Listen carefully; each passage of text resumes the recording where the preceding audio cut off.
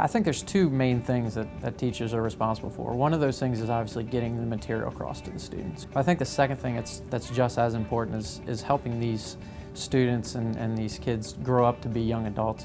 You know, teaching them those life skills and those life lessons. The role of a teacher in a student's life is to actually get them to be problem solvers. I think the content is important, but I think they need to learn how to solve problems. History is a story, and if you can get them hooked on the story and how all the pieces and puzzle parts fit together, then they're going to be interested in it. My favorite teachers are great at making the content in class relatable and making it applicable to the real world. A secret weapon that I use is to use hands-on activities to get the students engaged by actually being a part of the lesson and taking ownership to it. A great teacher interacts with the students. I think the role of a teacher in a student's life is to inspire them to be a lifelong learner.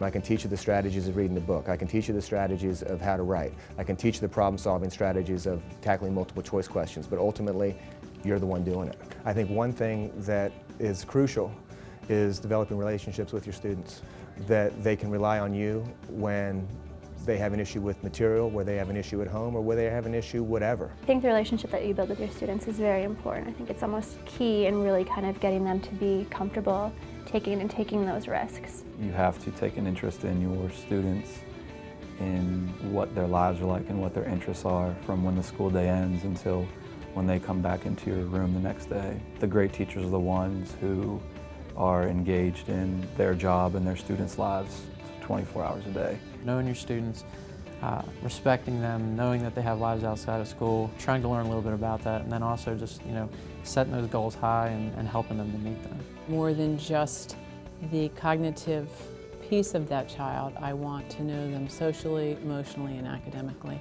To really know them and to be present and to challenge them to do a little bit more than they think they can do. The great teacher, I think, makes connections with people and realizes that it's not the subject matter at all, but that we're all learners.